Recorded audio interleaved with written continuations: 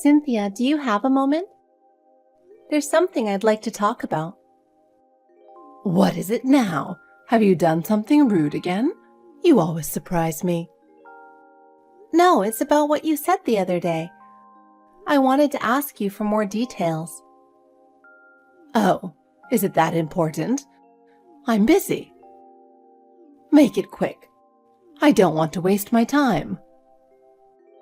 Actually, it's about the family gathering you mentioned the other day. I'd like to know the details. I'd also like to join if possible.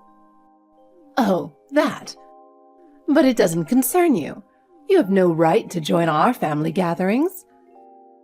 You are completely different from us. Please, as Andrew's wife, I think it's normal to participate as a family member. I've never thought of you as part of the family. It's embarrassing to have someone like you in our family. I can't understand it at all. I see. But I married Andrew, and I want to be recognized as part of the family.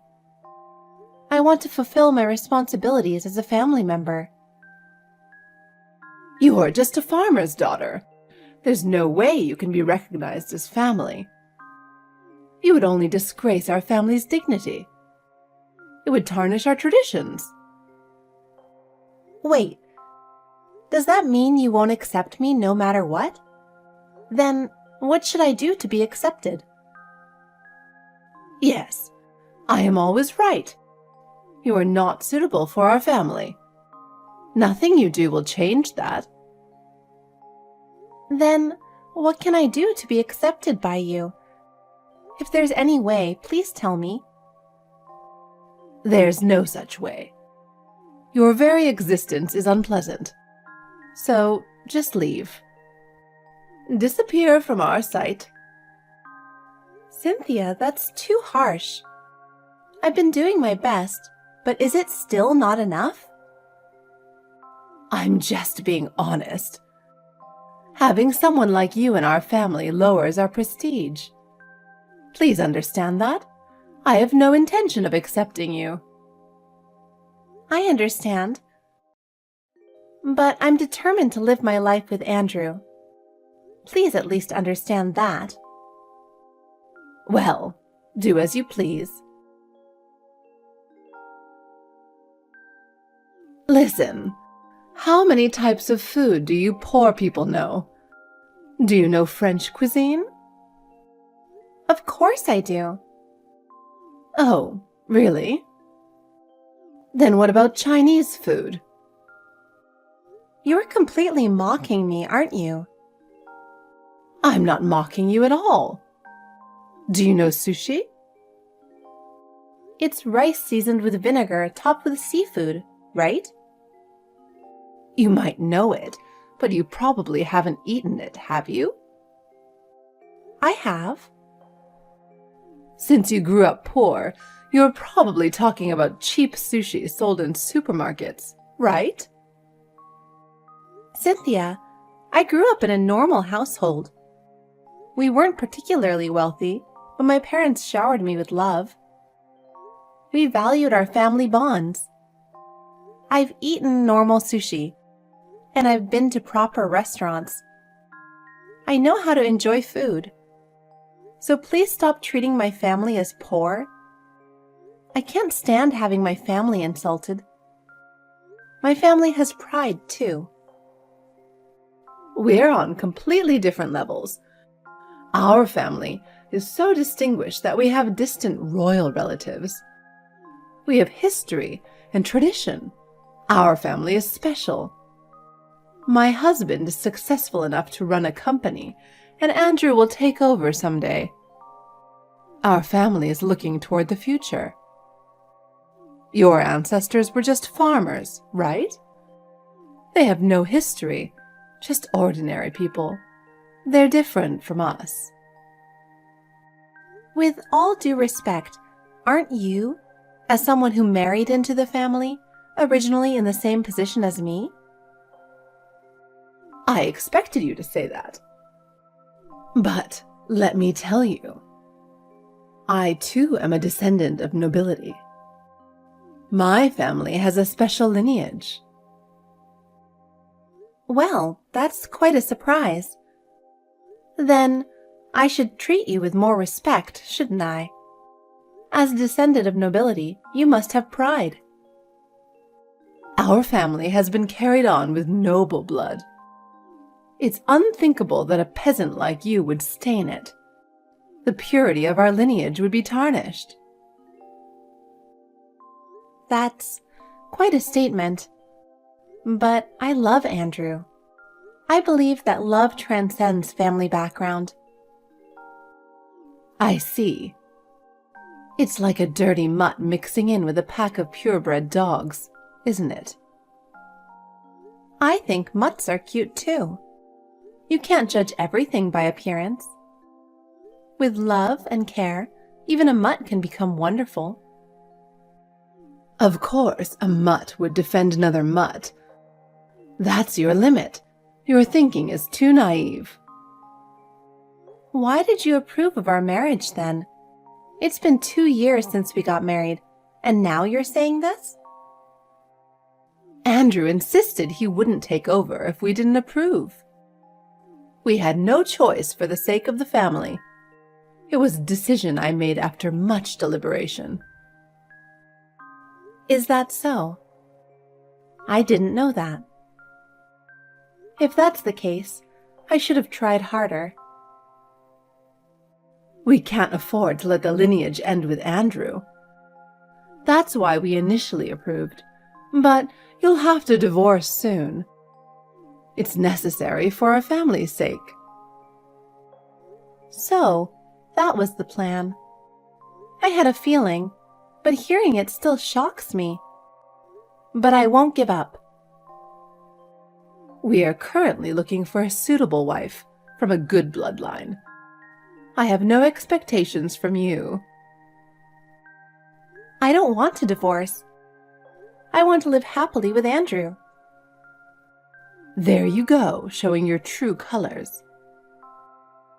What? What do you mean by true colors? You're realizing our prestigious bloodline and now don't want to divorce. That's why you're desperately clinging on. I see right through your intentions. No, I didn't marry for family background. I married Andrew because I love him. I believe love is everything. For us, it's a huge problem. Your very existence is an issue for our family. Imagine a bucket of water. What happens if you add mud to it? It turns brown and murky, but that's not everything. Even mud can be purified with some effort. You understand, don't you? That's exactly it. You're the one muddying our family. You're putting mud in our lineage. I'm the mud? I never thought you'd say something like that. I can't understand your perspective. Just thinking about it, it's interesting how someone like you, who might see themselves as mud, ended up marrying into our family, right? Don't forget that. You're not taking back the mud comment, are you? So, I'll treat you to some high-end sushi. As a gesture of my feelings, enjoy it a little. The word last bothers me. Is Andrew coming too? Or is it just me? I don't understand your intention. Just you. Don't tell Andrew. Is that okay? We were planning to go with 5 relatives. You can join us. Thank you. Let's talk leisurely there. Understood. Sorry about that. It seems there was a mix-up. Maybe the restaurant thought you weren't suitable. I can't stop laughing. But the chef said we can add one more person. You're not family. You're livestock. You told them the wife is not family, she's livestock, didn't you? Can you imagine nobles and peasants dining together? Sushi is too good for you, so go eat some weeds. That's terrible. The relatives were all laughing hysterically. Your face, coming here and not being able to eat sushi, looking so down as you left, was more entertaining than any TV show. It was like watching a comedy program. We really enjoyed seeing your pathetic state. Then why did you invite me? I took the subway to get there. Was it a waste of time and money just to do that? Think a little about how much I was looking forward to this. The subway? Riding such a commoner's vehicle, you're definitely not fit to be in our family. I can't see you as suitable for our lineage. As a family with noble blood, you should behave more appropriately. Andrew's hard-earned money is important, so I don't want to waste it. I think we should spend money carefully. Saving is an important value. For nobles, riding in a horse-drawn vehicle is common sense. In modern terms, it's like a taxi. You may not understand, but that's our way of life. Such luxuries are necessary for our lineage. I can easily walk about 2 stations. It's good for my health and saves money. I'm satisfied with that. My, what a barbaric mentality. Were your ancestors foot soldiers or something? With that mindset, we won't get along. You won't understand the values of nobility. I didn't come for the sushi. I came to have a serious discussion with you. I want to have a proper conversation. I wanted to talk seriously about our future. There's nothing to discuss. Talking with you is pointless. You don't need to be involved in our lives. In modern America, isn't it time to stop talking about nobility? We are no longer in an era to be fixated on such things. We should aim for an equal society. Can't you respect the wishes of Andrew and me? We should be the ones to decide our lives. You live in a different world. Our lives and yours are completely separate. You can't understand our values. I still live each day feeling the breeze. Can you understand that elegant lifestyle? I doubt you can. It must be a very refined breeze. It's wonderful that you can feel such a thing. I envy that kind of life. Just now, it was decided in a family meeting. What was decided? Did something important get decided? Please tell me. Your divorce from Andrew. You are no longer allowed to stay together. You are not suitable for our lineage. What? Your husband wasn't there, but did he approve this? Did you decide such an important thing on your own? He rarely opposes what I say, so it's not an issue. My decision is final. My word is absolute. What about Andrew? What's his opinion? I've trained him to listen to whatever I say, so there's no need to worry. He follows my instructions. Andrew is on a business trip right now, so I'll discuss it with him when he returns. Please wait until then. I want to resolve this through proper discussion. There's no need for that. I just sent him a line message saying, "Get divorced," and he replied with a "got it" stamp. That's all there is to it. What? You're joking, right?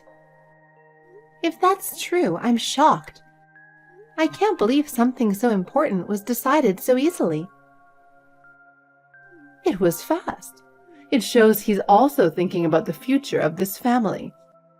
That's his responsibility. He's putting the family's needs first.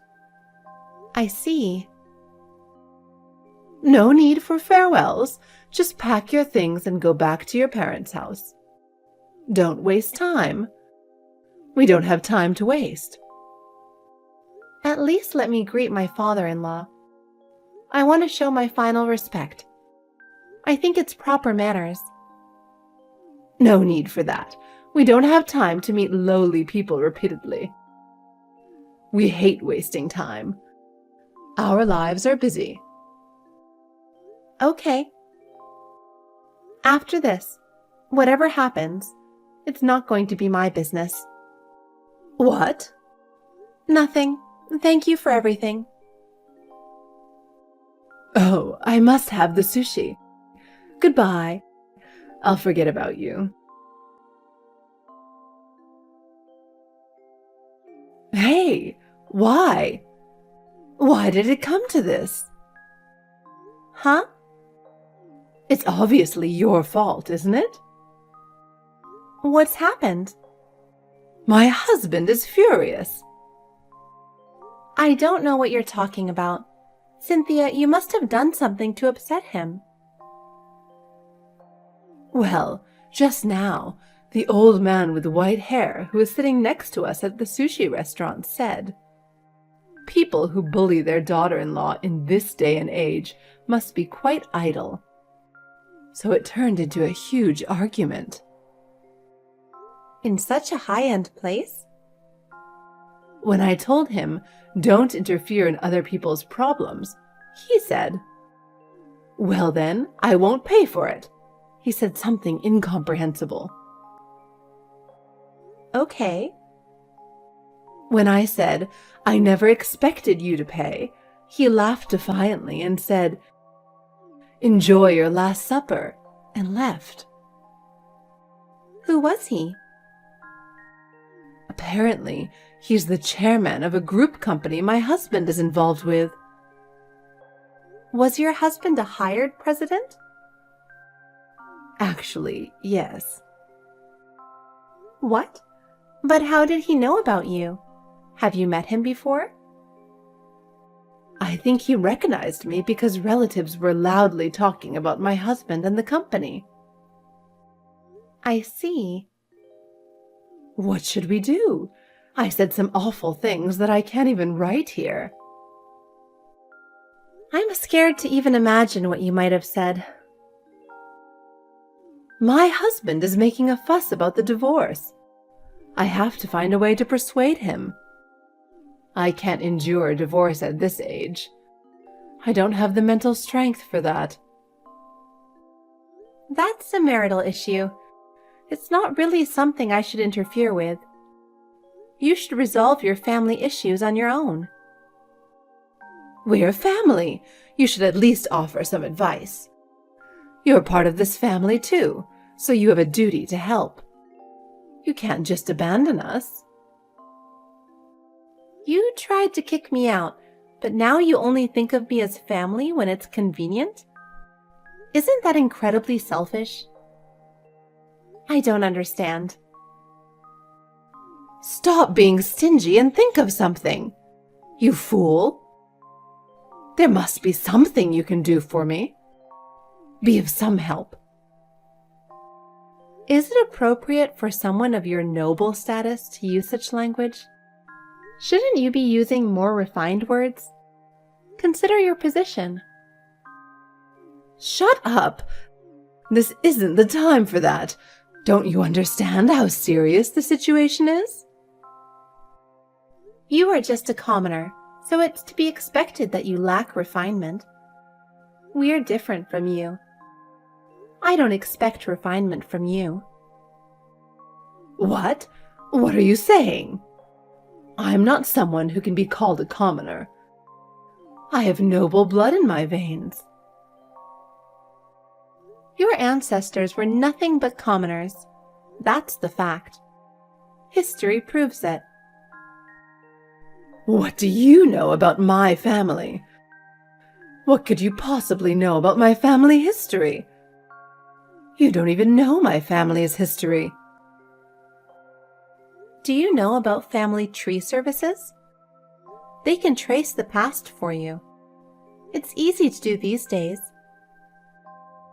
I don't know what you're talking about. I'm not interested in such things. It has nothing to do with me. They can trace and create family trees. You can find out any history. You can know the truth. So what? I don't care about that. What I believe is all that matters. Andrew has been told since childhood about nobility and royalty, and he's always had doubts about it. He's questioned whether it's truly the case. What doubts could there be? It's a fact. To question it is foolish.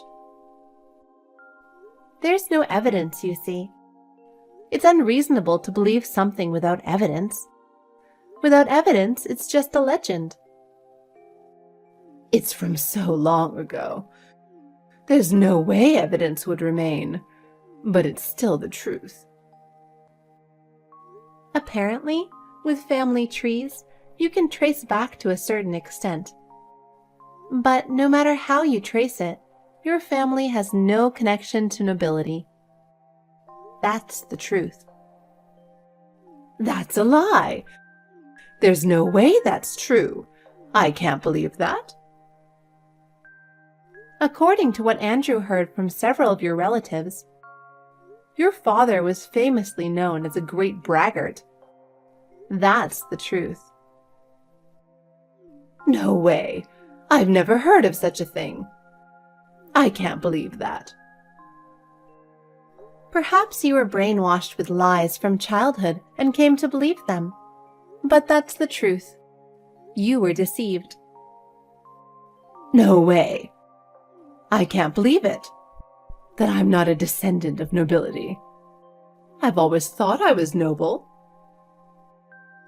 I knew about it, but I couldn't say anything to you, who always talked about nobility. I thought it would hurt your pride, so I didn't say anything. It's unbelievable. I'm in shock. I've believed it all this time. What should I do now? At least, it's true that you're distantly related to royalty on your husband's side. That might be the only comfort. You'll have to live believing that. Although, it's so distant that it's almost invisible. There doesn't seem to be much of a concrete connection, though. Still, it's something to be proud of, at least a little. I see. I can't believe something like this really happened. My pride is so deeply hurt. It seems like the mud like you got mixed in, but is that all right? I didn't think your existence would become a problem. How could you say such a thing? I can't believe you would say that. How can you say something like that so easily? You're the one who said those words to me. Have you forgotten? I'm just returning what you started. I understand, but even so, it's painful to be told such things. Whether or not I'm noble doesn't matter. In modern times, it's of no use. Please face reality. All right. I don't need a divorce, but please do something about my husband and me. Think of a way to help us. Why should I?